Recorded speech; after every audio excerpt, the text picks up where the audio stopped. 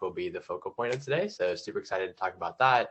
Just a platform that I curated alongside one of my friends to really make sure that underprivileged students don't feel any financial barriers at the process.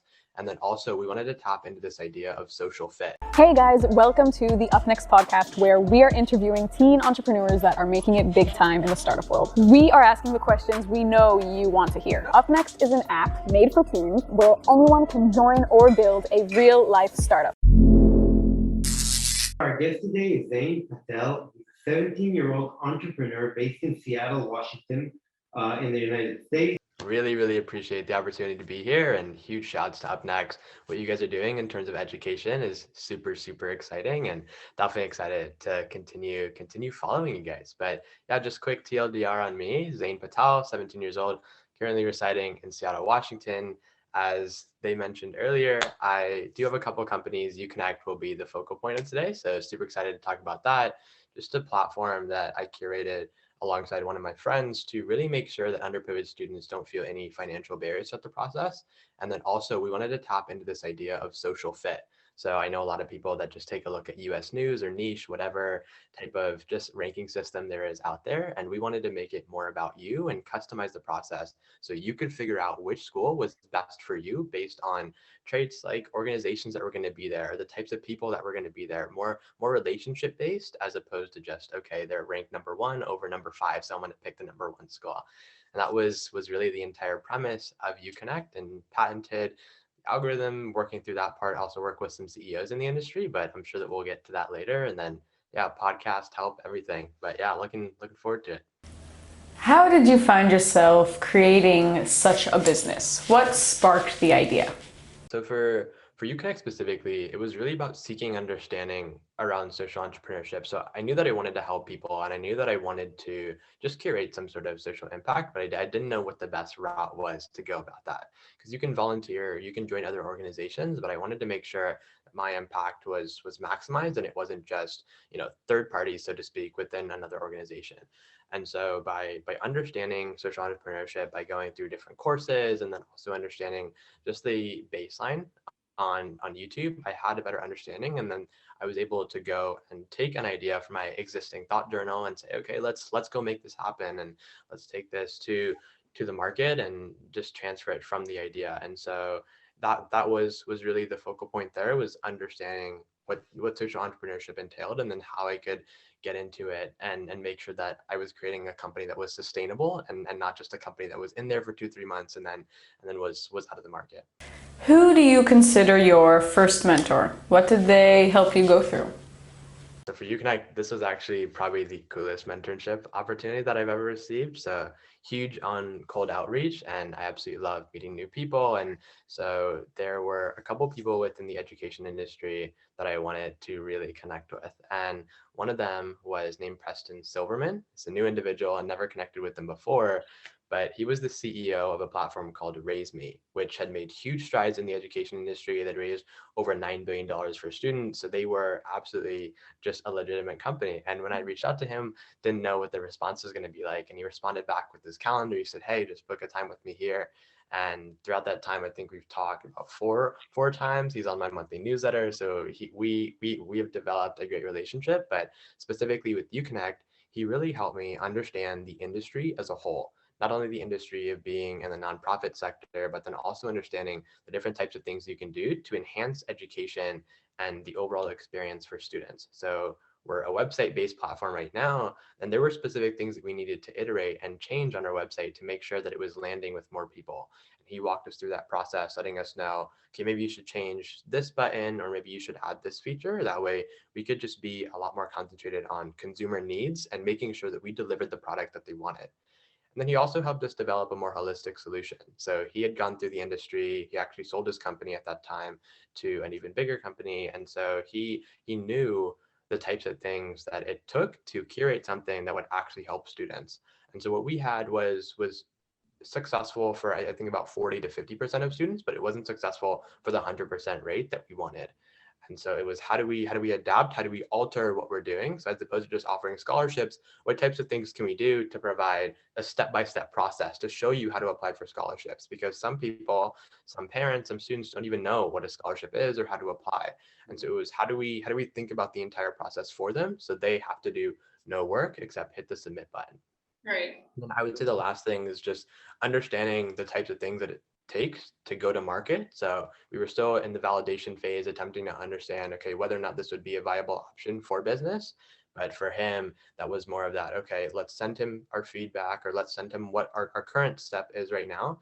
Let's gain some feedback, some thoughts from him. And then if it seems like a great option, then we can go ahead and roll it out. If not, then we'll change it a bit more. And so, yeah, he really, really did a lot for us. And I think finding a mentor is absolutely invaluable. It allows you to talk to someone with existing knowledge and past experience, and you get to level up your personal experience, your business, and you get to just continue to build relationships within your industry. So I think all for mentorship.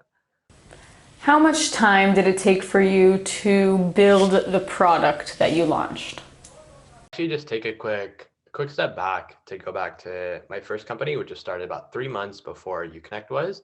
And so for Help LLC, this was a platform that was used to help small businesses and really allow them to understand how they could leverage technology to build their business. And so things like automating payments or getting enhanced business analytics so they could reach more people, just small things like that. That MVP was a mobile application, and that one took about 2.5 months to make.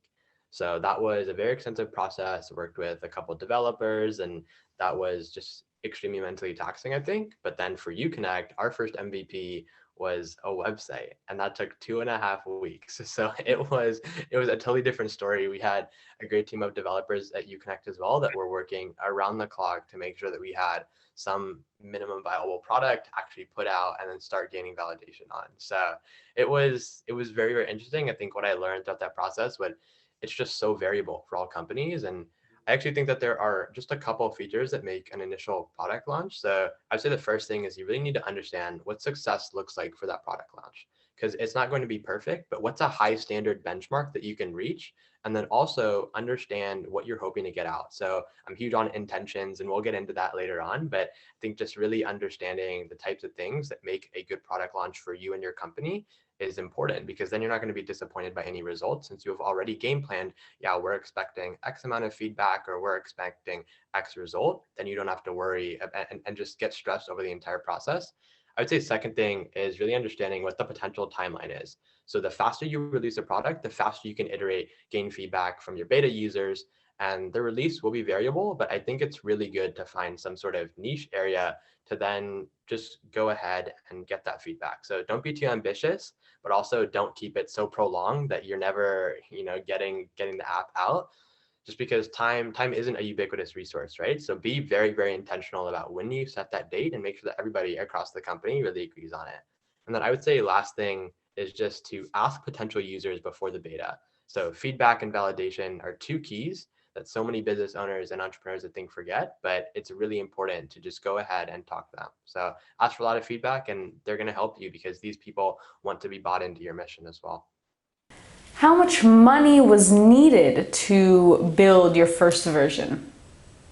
I think that's a really good question. I think our funding process was actually very conventional. So it wasn't anything within the crowdfunding realm or just a Kickstarter, but it was actually just we had all of the co-founders pitch in, and we were able to pay for the product, and we were also able to pay for the ability to license ourselves within the state of Washington and then the United States as well. So we generated the limited liability corporation really early on as well. So in June of 2019, when we started, we had the LLC, we also had the app paid. It was just a lot of co-founder pitching in. And I think it was just because I was 15 at that time, and my parents really bought into the idea as well. And during that time, everybody else's parents did too. So it was all just, yeah, go ahead and take the money, get this experience, and let's see where it goes. And 21 months later, it's still going. So and then for UConnect, my co-founder was actually the one to pay for most of the expenses, and we still pay, or he still pays for everything WordPress and everything that we're doing on the website. But I covered other things like marketing expenses, especially in terms of just Facebook ads or anything that we're doing on social media, just because those are the two sectors that we manage. But I think payment is just really variable depending on the project, obviously. But I think regardless, at least my strategy would be, if I was going back through this again, would just to write down 5 to 10 of your closest friends and family members that are bought into you and your entrepreneurial journey. And then once you identify them, I would say use them as your sharks, just like on the show Shark Tank, and really pitch them your product. Request small amounts of money. You're not requesting $100,000 and you're not giving equity, but just ask them for $50 to pay for X thing. But don't just ask them, actually pitch your product, because it'll get you the opportunity to pitch early, but simultaneously earn money. So I think fundraising and understanding your product and then the unique factors are the two focal characteristics that you need to leverage in order to finance your endeavor, and be extremely intentional about it. Like, understand why you want to go in, what you want the money for, and then how you're going to spend it. Because without intention, without a why, then it really doesn't, the what and how are not going to fall in place. So it really doesn't matter. How did you get those first users, customers to come aboard? What was that like?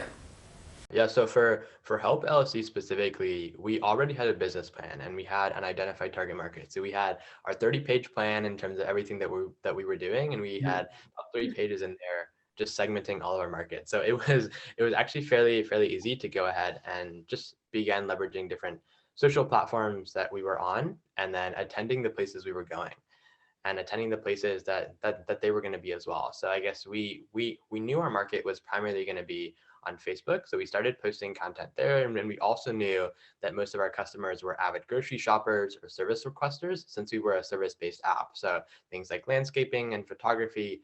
And by spending time in those areas, we had the chance to just show them our product and then gain early exposure as well. And I think that's how we began to just generate microvirality within our city and communities, because people began seeing what we were doing and how we were doing it. And then for UConnect, this was my second gig. So I had the chance to just get a basic understanding in terms of what the initial launch for Help did, and then things I can do to really 10x this one. So we still leverage those platforms like we did at Help, but I started running more Facebook ads so we could generate paid traction as opposed to just going through the organic route and then just posting normally on Facebook. And since we were in the education sector, wanted to reach out to as many people as we could. So school counselors, universities, other companies, and really talk to them and show them our product, and then gather users and the feedback. We had a lot of people. So my co-founder is based in Toronto. We had a lot of people in Canada that we talked to, especially counselors at his school, and they continued to give us feedback. They actually pushed it to a couple high schools, and we had the chance to understand, okay, is this a viable option for most people? And in terms of the podcast, I think that was probably the most personal endeavor that I've ever done. Obviously, startups have been very personal as well, but this was solely me on the mic. It was just recording with guests, and for that one, a lot of my users just came from peers that had really bought into me. So one thing that I just attempted to do over high school was, I think, just accelerate my personal brand. So moved to Seattle, Washington as a freshman, didn't know anyone here, but was really adamant about building connections early. And I think the brand that I had curated over 3 years allowed me to then leverage the podcast. So I think for all of them, it's extremely surreal, and to release something at that young of an age, it's incredible. But when you begin to see what the potential impact is, I think that's where the real excitement comes from. What is the next goal for you looking forward? Next go with UConnect, I think, would just to finalize everything around the patent, and then actually start rolling out more in high schools, just since that's the current partnership route that we're going. In terms of the larger scale, this is a really good question, and I've got so many ideas for companies, and most of them continue to go along with my worldview in terms of where I see us progressing. So I think that the world will be tech on one side, entertainment on the other, and those will be the two biggest things within the next 20 years, right? We mentioned podcasts, we've mentioned just using past technology to enhance businesses, all of that. So I think I really attempted to just optimize most of my projects for that lens. And so right now, biggest goal for me is working on pursuing another project where I'm leveraging technologies like AR, VR, and then AI to build a more robust, enhanced educational experience for special education students. So really big on education. I think it's the pillar of our life, and want to be able to deliver an incredible experience to everyone, especially those who just have to work harder to understand. So that's really the focal goal for me right now. What is one time you experienced a real fail moment? Just, everything went wrong. Did you fix it? Were you able to? Did you learn from it? What happened? This is another good question. I've never enjoyed failure. I don't think anybody does, but for me it's always been worse than it really is. And so I really had to do a lot of mindset shifting to begin prioritizing growth. But there was a moment a couple weeks ago. I would say it was a mini fail. So part of it was a failure, part of it wasn't, but went through a focus hackathon dedicated to, so I'm in a program called the Knowledge Society, and so we have people that are doing focuses and digging really deep into one specific topic. And so for me, partnered up with a couple people, ended up working with quantum computing and advanced transportation. But anyway, moved forward and we landed in the top 5, but we didn't land in the top 3. And that was my biggest goal going in, was to win best overall, and that wasn't accomplished. And so to me, that was a failure. And this just I left the meeting after they announced the results, and I don't think I acted in the most emotionally mature way, but it was like there was a lot of self negativity, and my inner critic started to take over my mind and control everything I did. And you get into the state where you're asking yourself so many questions: what did I do wrong? What did I not do right? And then after I got over the initial feelings, which was about a couple of days after, sent a gratitude text to all of the people that had helped me throughout the process. So my teammates, my directors, everybody that had given me the opportunity to even be in the top 5. I had the chance to pitch to 3 judges from MIT and then 1 from Brown University. So that was, I think, a win in itself, and scheduled meetings with all of them after. So it wasn't a true failure. So I think redefining how I viewed it, but then also expressing gratitude was huge. And then also I deal with a lot of my problems just simply by writing. So like around my desk, I just have sticky notes everywhere, and I use a tech platform that I love, which I'll get into later. But a lot of problems by writing. So just take my thoughts, put them down on paper, and I wrote an article on my experience, and it ended up getting a lot of traction. People really loved the just overall perspective that I brought to that failure instance. So I would say super important in life that we definitely prioritize growth and develop ways in order to shoot for growth as opposed to shooting for winning all the time. And like obviously excellence is the goal for everyone, but it's extremely important that we optimize for growth more, because it's extremely underappreciated. The journey to excellence is extremely underappreciated, and the more you fail and grow, I think the more fulfilled you will be once you reach that state of excellence. Like that was a huge mindset shift for me. Obviously it only happened 2 weeks ago, so it's not that big yet, but yeah. What are 3 traits that you look for in a co-founder, business partner type of person? Love this question. So I think mine might be a bit unconventional, but hoping that these still land. So first thing that I always look for is what is your mental model? So how are you thinking? What type of perspective and background are you bringing to the team? And then how are you going to up level myself and then up level the people around you? And then also, how can our relationship grow? And then what will our relationship look like in 5 years? So I think one of the biggest parts of having an entrepreneurial mindset is just thinking long term, right? And so everything I do is really evaluated from the just mindset of, okay, how are we going to be in 2 to 3 years? What is our relationship going to look like? And for me, mental models are a huge indicator, because it allows me to see what our cognitive partnership would be like and how successful we can be based off that, right? Are we going to have very similar ideas? Are we going to have differing ideas? How are we going to level each other up just from being 2 smart people in the room? And then how are we making the people around us better, right? So if we have 2 co-founders, everybody that the company looks up to, we need to be at just, I guess, thinking always on the same wavelength to make sure that there is consistency within the rest of the business. So yeah, mental model is definitely the first thing that I look for a lot, and it's become extremely important to me. I think authenticity is the second thing. So I want you to be completely honest and upfront with me, the rest of the company, our potential employees. And it's vital that we can continue to come in and bring our authentic selves and just react to situations in that way. When you bring in any sort of fake nature to business, or any relationship for that matter, I think that's when some of the value just becomes diluted, and then there's no point in continuing to pursue that relationship. So authenticity is absolutely integral and just very, very imperative throughout the process. And then last thing I would say is just dedicated. And I'm coming into this endeavor with the mindset that I'm going to spend hours, weeks, months on this idea, and I need the same exact commitment from you. And it's interesting because all of these traits are very dependent on you obviously, but I think all three are applicable to the setting as well. So regardless of who's attempting to co-found a business right now or who's leveraging the Up Next platform to do so, I think it's really important that you take a look at these three things, because at least in my eyes, these are the three things that can sort of make or break the relationship. And yeah, just extremely important to make sure that even if my criteria doesn't work, you guys all have a criteria to make sure that you're evaluating that as well. Could you name one advantage and one disadvantage of being such a young entrepreneur? I think one advantage is definitely the early exposure, and then being an identifier of projects you want to pursue, and then how you want to bring ideas to fruition. So when you start really early and you begin getting into this entrepreneurial mindset, you can see the entire world differently. And so it can be a simple problem as fixing a dishwasher to solving one of the world's biggest problems. Regardless of what it is, you're always going to be a problem solver. And once you begin to train that mindset, I think you're just going to become so much better at taking ideas and bringing them to fruition.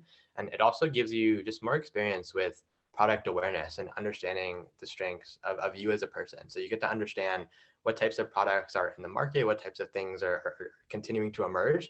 And then you also get to understand, okay, maybe I'm more of a night owl, right? That might be just a micro thing that you learn about yourself. But maybe you understand that you are just an incredible marketer and you talk to people and you're able to sell the product really well. And so those types of things, I think you can use as superpowers really early on to then just continue to level you up later on. And I think the entrepreneurial mindset and just overall mental framework is crucial for every part of your life, right? So once you begin to adopt it, again, I think you're absolutely superpowered. In terms of the disadvantage, this was a super hard one to think about, because at least in my eyes, I don't think that there is too much of a disadvantage and starting really early. But one of the ones that I thought about was just a lack of understanding. I think that can be one of the disadvantages in this process. Lack of understanding about how to go about a go-to-market strategy, build a unique value proposition, and execute on that. Understanding how to network, gain buy-in, and adoption for your product. All of these items, I think, really important, because there is no handbook. And yeah, you'll gain a lot of experience inside of the overall thing and when you're actually building the startup, but it's important to have some sort of fundamental knowledge. So I think the focal thing that I did to eliminate that disadvantage was just by learning the fundamentals of entrepreneurship, understanding how to sell, pitch, what consumer behavior was, and how I was supposed to look at other people and just decide whether or not they wanted a product, if they wanted something else. And then after that, I would just say really hyper focus on selling. And then I think everything will come together, because even when you take a look at something as simple as LinkedIn, you're selling yourself there, and then you're selling your product in a pitch, or when you're in any sort of just investor room. So selling is, I think, the just focal point of life. And once you really begin to understand that, I think everything else from an entrepreneurial standpoint will definitely begin to fall into place. What is a tech tool that you just can't go without? Maybe an app or a website, something that you always use? Yeah, this is a tough one. Because quarantine and this new digital age has definitely shown me how much I actually rely on all of these things. But very glad that you asked. I think it's definitely between Slack and Notion, but Notion is starting to just become my favorite. So would have to land on Notion as my favorite for just organization. So picture, I guess, Google Docs, but in a more just intuitive format. And so Trello was, I think, it was a partly modeled after that, but I know a lot of people that use Trello and Notion. Yeah, so definitely just like Trello. Which entrepreneurs inspire you the most these days? Who do you have your eye on? Great question, because like you said, I think most of my answers are going to be extremely unconventional, just because like that's how the thinking model is. But I think the biggest part about this question is really for everyone out there to understand that these entrepreneurs are still accessible. They're not out there. They're not doing these incredibly cool things. I've heard so many different just bites within podcasts that I've listened to where entrepreneurs are just normal people that have just a couple X factors about them that they've trained over time to get to where they are.